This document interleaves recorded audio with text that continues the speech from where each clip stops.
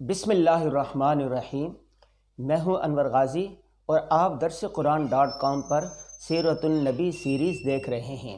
روزانہ کسی نہ کسی اہم موضوع پر، سیرت کے کسی اہم گوشے پر ہم گفتگو کرتے ہیں۔ آج جو ہمارا موضوع ہے وہ معاشرتی موضوع ہے۔ وہ موضوع یہ ہے کہ پورے پاکستان میں آپ جانتے ہیں کہ سردیوں کی آمد ہے۔ خیبر پختونخوا میں سردیاں آ چکی ہے، کوئٹہ میں سردیاں آ چکی ہے، پنجاب میں سردیاں آ چکی ہیں، اور سندھ میں بھی اتنی سردیاں نہیں آئی لیکن آ رہی ہیں۔ جب سے سیلاب آیا ہے، سیلاب آنے کے بعد سے 5 کروڑ افراد جو ہیں وہ کسی کلی طور پر یا جزوی طور پر کسی نہ کسی طریقے سے ان سیلاب سے اور بارشوں سے متاثر ہوئے ہیں، اور 2 کروڑ لوگ ایسے ہیں جو بے گھر ہوئے ہیں، جن کے گھر ٹوٹ گئے ہیں، خیموں میں رہ رہے ہیں یا کہیں اور رہ رہے ہیں، جن کا سامان ختم ہو گیا ہے۔ ضرورت اس بات کی ہے کہ اس موقع پر، سردیوں کی آمد پر، ہم متاثرین کو رضائیاں فراہم کریں، کمبل فراہم کریں اور گرم لحاف دیں، جیکٹیں فراہم کریں، اور اس طرح گرم جو چیزیں ہیں وہ فراہم کریں، سردی سے بچاؤ کیا جا سکے۔ جو شخص ایسا کرے گا جنت میں وہ اعلیٰ لباس اس سے حاصل ہوں گے۔ یہ میں نہیں کہہ رہا، سنن ابو داؤد کی حدیث نمبر 1682 ہے۔ رسول اللہ صلی اللہ علیہ وسلم نے ارشاد فرمایا، جس مومن نے کسی بے لباس مومن کو کپڑا پہنایا، اللہ سبحانہ و تعالی اسے جنت کے سبز جوڑے پہنائے گا، اور جس مومن نے کسی بھوکے بھائی کو کھانا کھلایا، اللہ تعالیٰ اسے قیامت کے دن جنت کے پھل کھلائے گا، اور جس مومن نے اپنے پیاسے مومن بھائی کو پانی پلایا، اللہ تعالیٰ اسے قیامت کے دن مہر لگی ہوئی خالص شراب پلائے گا۔ اللہ اکبر۔ جو کسی غریب کو کپڑا دے گا اللہ جنت میں اسے کپڑا دے گا، جو کسی بھوکے کو کھانا کھلائے گا اللہ جنت میں اس کو پھل کھلائے گا، جو کسی پیاسے کو پانی پلائے گا اللہ تبارک و تعالیٰ اسے جنت کی خالص اور مہر لگی ہوئی خوبصورت اور اچھی ذائقے والی شراب پلائے گا۔ کتنی بڑی فضیلت ہے۔ اور اگر ہم سیرت کا مطالعہ کریں، میرے پاس سیرت کی بے شمار کتابیں ہیں، تو اس میں آپ دیکھیں لوگوں کو کھانا کھلانا، صلہ رحمی کرنا، لوگوں کے کام آنا، ہمدردی کرنا کتنا بڑا کام ہے۔ میں ابھی پڑھ رہا تھا سیرت کی کتاب، اس میں پڑھ رہا تھا کہ جب رسول اللہ صلی اللہ علیہ وسلم پر غار حرا میں پہلی وحی نازل ہوئی، جبرائیل علیہ السلام تشریف لائے، آپ صلی اللہ علیہ وسلم کو سلام کیا اور سلام کے بعد کہا پڑھیے۔ آپ نے فرمایا میں نہیں پڑھ سکتا ہوں۔ اس کے بعد فرشتے نے آپ کو دبایا اور قدرے دبایا کہ آپ کی طاقت جواب دینے لگی، اس کے بعد چھوڑ دیا، پھر کہا پڑھیں، تو آپ صلی اللہ علیہ وسلم نے وہی جواب دیا کہ میں نہیں پڑھ سکتا ہوں۔ اس کے بعد پھر فرشتے نے دبایا اور آپ صلی اللہ علیہ وسلم سے کہا کہ پڑھیے۔ رسول اللہ صلی اللہ علیہ وسلم نے فرشتے سے یہ پوچھا کہ میں کیا پڑھوں، تو چنانچہ سورہ علق کی پہلی 4 آیات نازل ہوئیں۔ وہ پہلی 4 آیات کیا تھی؟ اقرأ بسم ربک الذی خلق، خلق الانسان من علق، اقرأ وربک الاکرم الذی علم بالقلم۔ ترجمہ کیا بنتا؟ ترجمہ یہ بنتا، پڑھو اپنے پروردگار کے نام لے کر جس نے سب کو پیدا کیا اور اس نے انسان کو جمے ہوئے خون سے پیدا کیا ہے، پڑھو، اور تمہارا پروردگار سب سے زیادہ کرم کرنے والا ہے جس نے قلم کے ذریعے سے تعلیم دی۔ یہ جب 4 آیات نازل ہو گئی، اس کے بعد رسول اللہ صلی اللہ علیہ وسلم قدرے گھبرائے ہوئے، تھوڑی سی پریشانی کے حالت میں گھر پر آئے، اور گھبراہٹ اور پریشانی کی کیفیت جب کچھ کم ہوئی تو حضور صلی اللہ علیہ وسلم نے اپنی زوجہ محترمہ امہات المؤمنین حضرت خدیجۃ الکبریٰ رضی اللہ تعالی عنہا کے سامنے غار حرا میں پیش آنے والا واقعہ تفصیل کے ساتھ بیان کیا اور کہا کہ مجھے اپنی جان کا خوف محسوس ہوتا ہے۔ آگے جو الفاظ حضرت خدیجۃ الکبریٰ رضی اللہ تعالیٰ عنہ نے جن الفاظ کے ساتھ تسلی دی، وہ آج اس موضوع پر فٹ آتے. وہ کیا ہے؟ اس پر حضرت خدیجہ الکبریٰ رضی اللہ تعالیٰ عنہ نے آپ کو تسلی دیتے ہوئے فرمایا اللہ تعالیٰ آپ کو کبھی رسوا نہیں کرے گا. کیوں؟ کیونکہ آپ میں تو یہ عالی شان صفات ہیں کہ آپ صلہ رحمی کرنے والے ہیں، اپنے غریب رشتہ داروں کا خیال کرنے والے ہیں، انہیں کے غموں میں شریک ہوتے ہیں، ان کو کھانا دیتے ہیں، ان کو کپڑا دیتے ہیں، ان کے غمخواری کر رہے ہیں، غمخواری کرتے ہیں، ان کے ہر ایک معاملات میں شریک ہوتے ہیں، ان کا خیال رکھتے ہیں. نمبر 2، آپ سچ بولتے ہیں. نمبر 3، لوگوں کے قرض اتارنے میں مدد کرتے ہیں. جو قرض خواہ ہوتے ہیں، جن پر قرض چڑھا ہوا ہوتا ہے، وہ پریشان ہوتے ہیں کہ کھانے پینے کے لیے پیسے نہیں ہیں، کمائی کے لیے پیسے نہیں، ہم قرض کیسے اتاریں؟ تو آپ صلی اللہ علیہ وسلم دوسروں کا قرض اتارنے میں مدد کرتے تھے، لوگوں کو لباس دیتے تھے، لوگوں کو کھانے پینے کی چیزیں دیتے تھے، لوگوں کی مدد کرتے تھے، بیواؤں کا سہارا بنتے تھے، یتیم بچے ہوتے تو ان کے سر پہ ہاتھ رکھتے تھے. آگے کیا کہا؟ ناداروں کی خبر گیری کرتے ہیں.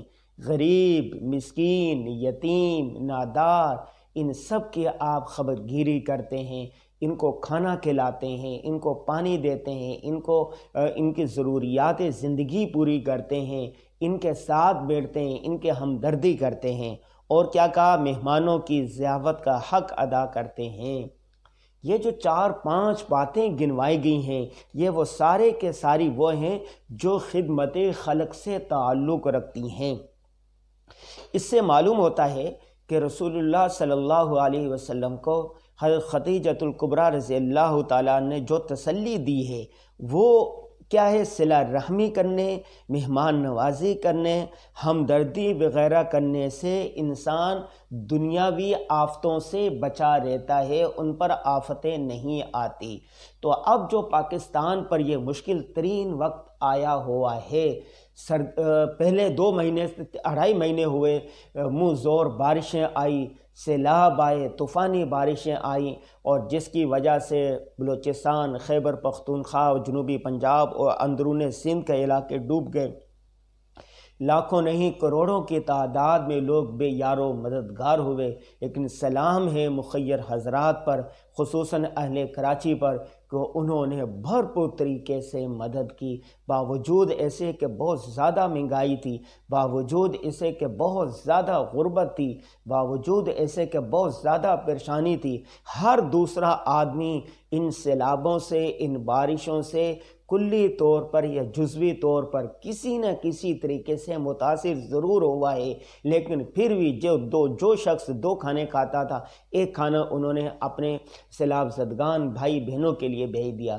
جس کے پاس سامان گھر میں زیادہ تھا انہوں نے بھیج دیے.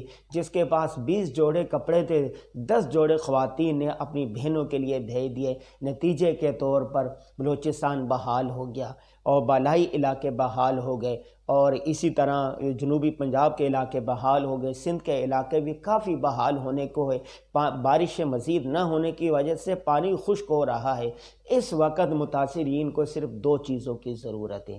نمبر 1، ان کے جو مکانات ٹوٹ گئے ہیں اس کو بحال کیا جائے، مکان بنانے میں ان کی مدد کی جائے، ان کے ساتھ تعاون کیا جائے. جو مکان پانی میں بہہ گئے ہیں یا ٹوٹ گئے ہیں یا خراب ہو گئے ہیں یا گر گئے ہیں وہ بنائے جائیں.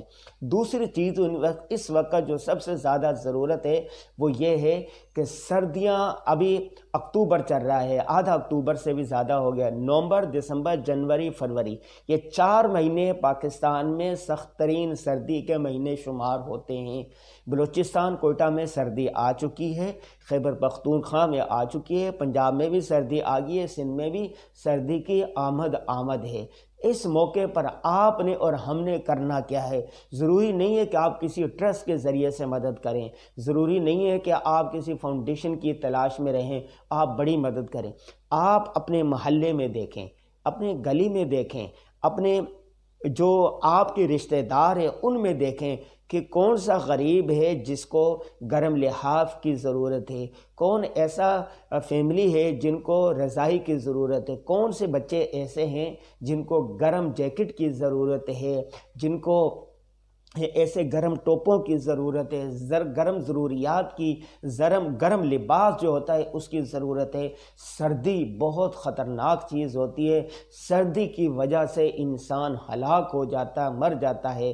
تیمور لنگ کے بارے میں آپ نے سنا ہوگا، تیمور لنگ وہ بہادر تھا کہ جو دونوں ہاتھوں سے تلوار چلاتا تھا، اور جہاں جاتا تھا ملک فتح کرتا جا رہا تھا، لیکن ان کی موت واقع کیسے ہوئی؟ سردی کی وجہ سے۔ صبح سویرے وہ نکلا، گھوڑے پر سوار تھا، سخت سردی کی لہروں سے ٹکرایا، اور جو سردی تھی زیادہ سختی اس کو سینے میں لگی، خون اس کا جم گیا، جس کی وجہ سے اس کی ہلاکت ہوگی، اس کی موت واقع ہوگی۔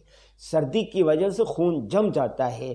میرا جانا ہوا تھا ناروے میں اس قدر سردی تھی، اندر کا لباس پہنا ہوا تھا، اس کے اوپر جیکٹ ٹوپا، میں باہر نکلا کہ ایسا مجھے معلوم ہوا جیسے میرا ہاتھ شل ہو گیا ہو۔ جلدی سے پھر ہمارے دوستوں نے ہیٹر پر یہ ہاتھ کیا، کچھ گرمائش ہوئی تو خون چلنے لگا۔ تو سردی کی وجہ سے خصوصاً خواتین اور بچے یہ مر سکتے ہیں، ان کی ہلاکت ہو سکتی ہیں، یہ معذور ہو سکتے ہیں، اس لیے سردی سے بچاؤ بہت ضروری ہے۔ اللہ نے انسان کو بنایا ایسا ہے کہ وہ نہ زیادہ گرمی برداشت کر سکتا ہے، وہ نہ زیادہ سردی برداشت کر سکتا، اس کو اعتدال کی ضرورت ہوتی ہے۔ لہذا جو سردیوں کی آمد ہے، آپ نے گرم لباس کا اہتمام کرنا ہے، اور اس حدیث کو سامنے رکھیں جو سنن ابو داؤد میں رسول اللہ صلی اللہ علیہ وسلم نے فرمایا، جس مومن نے کسی بے لباس مومن کو کپڑا پہنایا، اللہ تعالیٰ اسے جنت کے جوڑے پہنائے گا۔